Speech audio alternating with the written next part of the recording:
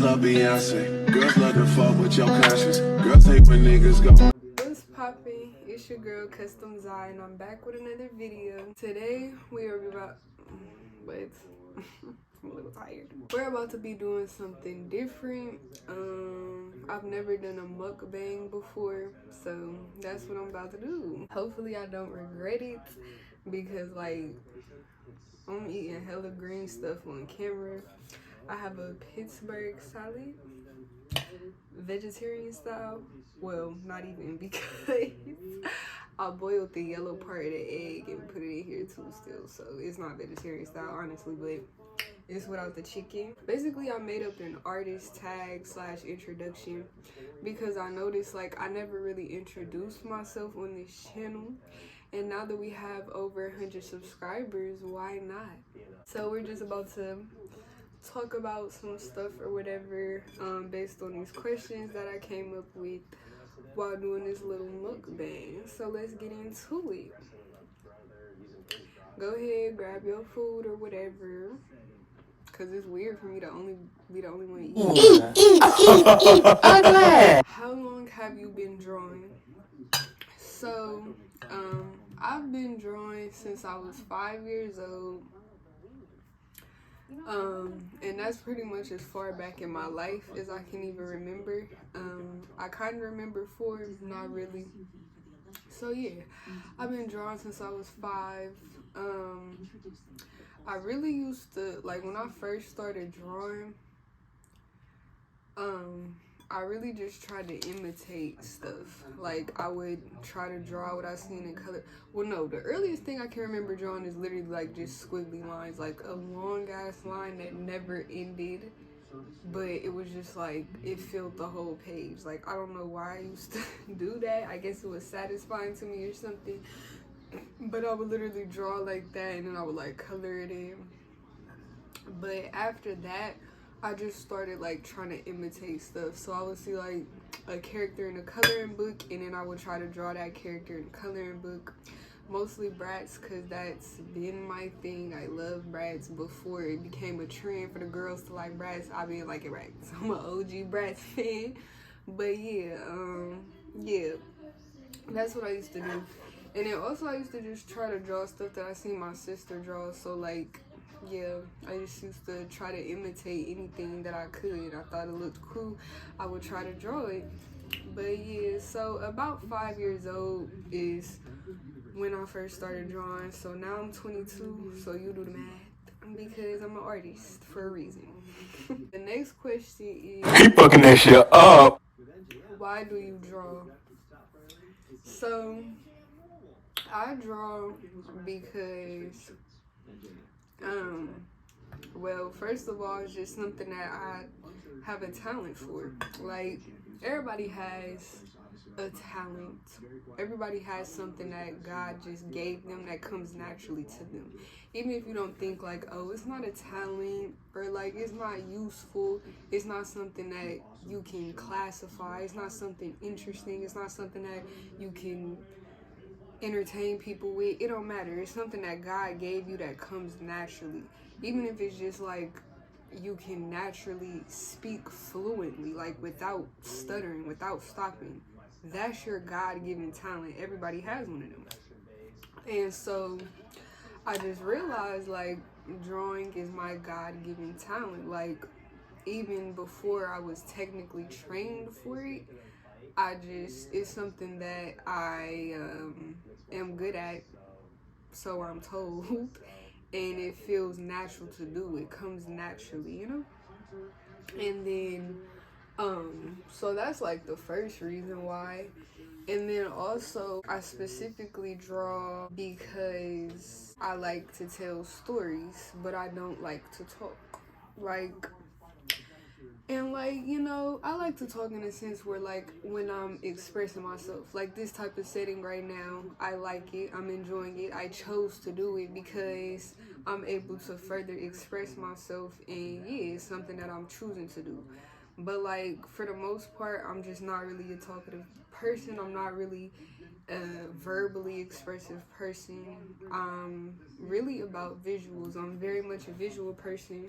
I like to learn visually. I like to see people do things visually, and then I'll, like I said, how I first started drawing, imitate. Like, so I'm a very visual type of person. So yeah, so I like to tell stories in a certain type of way, in a specific way, and that's visually. And so drawing is my way of doing that, my main way of doing that.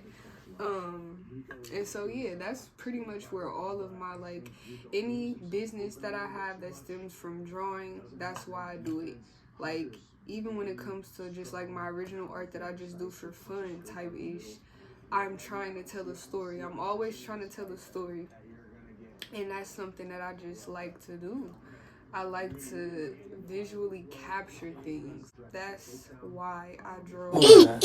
Next question is favorite thing to draw.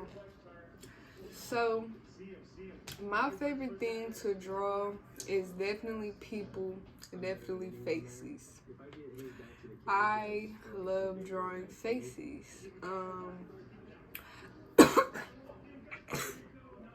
Oh my gosh, this is why I can't do videos like this no more. Oh hell no. I like drawing people. I like drawing faces. You could tell a big part of a story by somebody's facial expression. So being that I like to tell stories, like I was saying, I'm an illustrator. So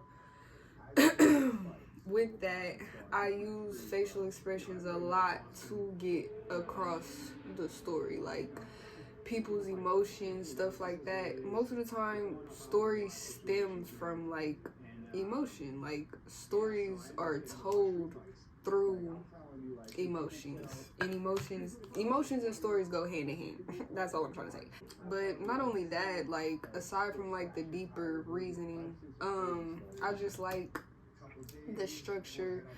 I like just looking at different people's faces, seeing how, like, oh, this shadow was right here in that person's face, but this shadow was right here in this person's face.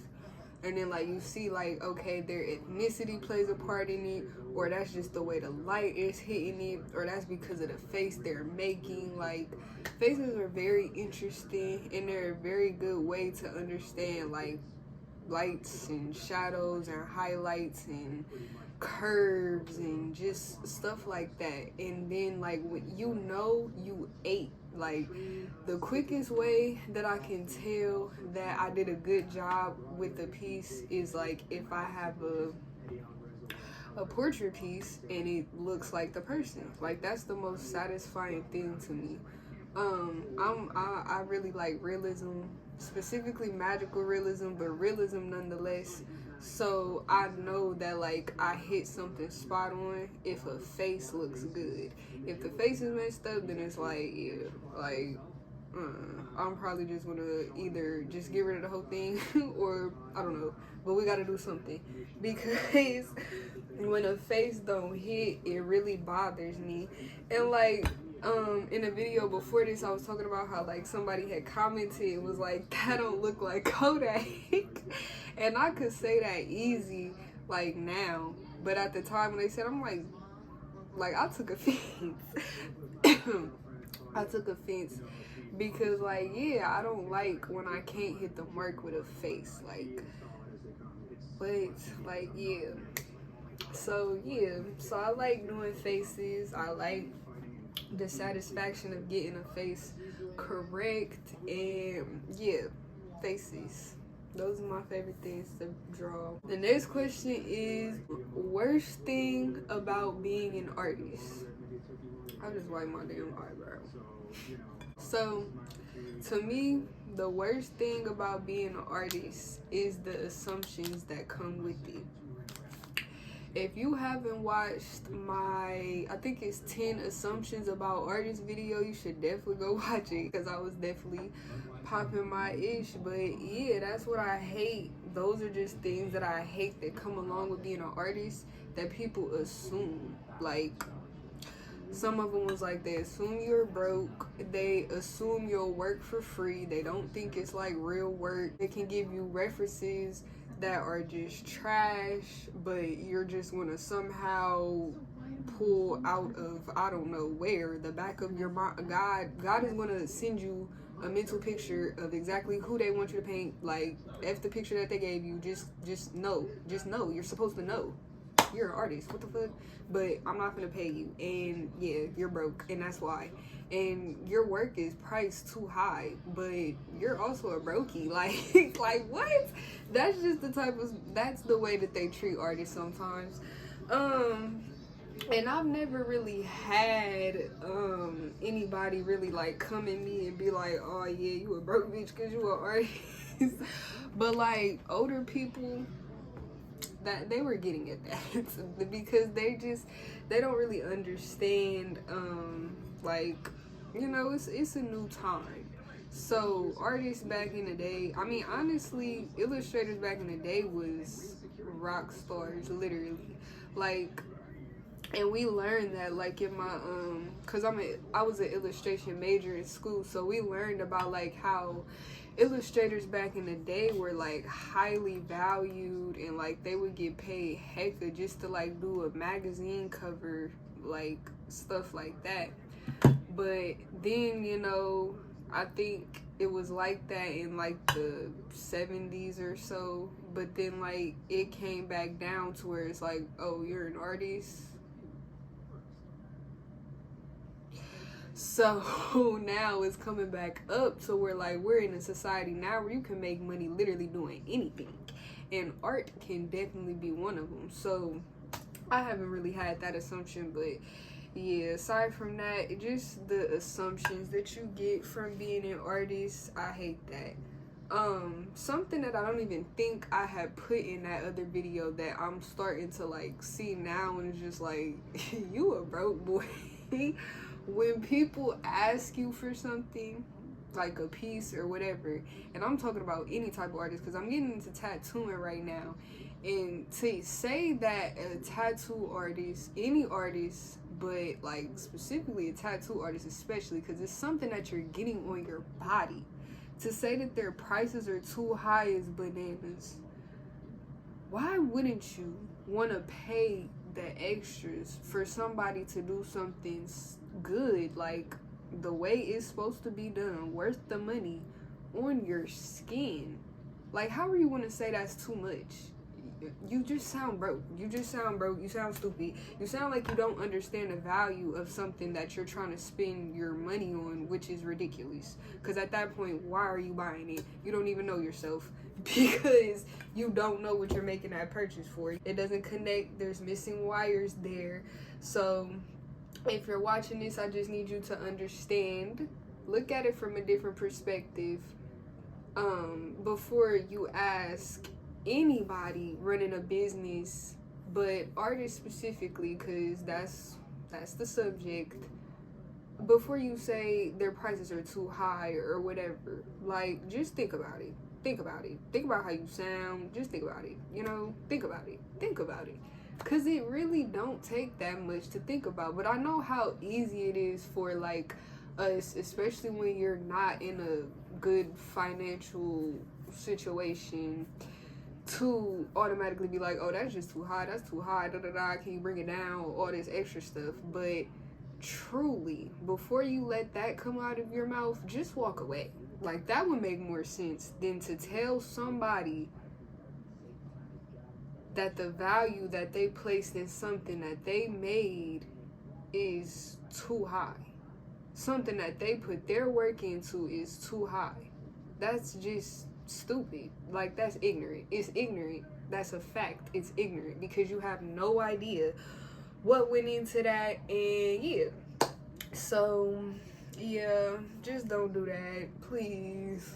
That's the worst thing about being an artist. He fucking that shit up. Who is your favorite / inspiration? I don't really have like, oh, my favorite artist. Like, some people have people that's their favorite artist that they like literally fangirl over. They got favorite pieces by them, like all that. I don't really have that, but I do have people that I rock with. I said them in another video, I think, but I said Kehinde Wiley, Amina Robinson, and Michael Basquiat. And yeah, mostly because they're black, period. Also because one of them is from Columbus, Ohio. She graduated from the same art school I did as well. And also I like all of their styles, and I like all of their subject matter. And yeah. The next question is, what is your favorite thing you've made? My favorite thing that I've made, honestly, I cannot say. I made so much stuff to where like I probably am forgetting everything that I've even made, so I can't even say like what is my favorite. But the one that I have tatted, that's definitely top 3. And then also the one that I drew of like my childhood home on fire, it's called House on Fire. That's up there too. And yeah, that's all I can really say. So I got a top 2. Yep, Smoking Beauty and House on Fire. I'll put pictures of them so y'all know what I'm talking about.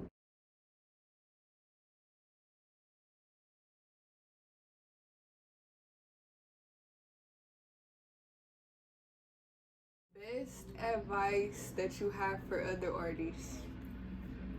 I say this every time, and I'm gonna keep saying it until I can't say it no more. Keep going. Alright? Alright. What's understood don't gotta be explained. Keep going. I don't care what you want to do with your artistry. Even if you just want it to be something that you do in a corner every Friday, you better sit in that corner every Friday and make something. But no, for real, like, don't stop. Don't stop expressing yourself. Don't stop that passion, you know? Don't stop. Because, like I said, if it's a God-given talent or just something that you like to do, but you know that you're not, like, gifted at it or whatever, don't stop. There's no reason to. Like, it's literally no reason. You think about the places that you would have been if you never stopped doing something. That is what's going to get you. Honestly, when J. Cole said, even if you let them kill your dreams, it'll haunt you, he was spitting facts. It's just common sense as well. So yeah, don't stop. Period. Biggest fear as an artist. My biggest fear as an artist would probably be to have my work.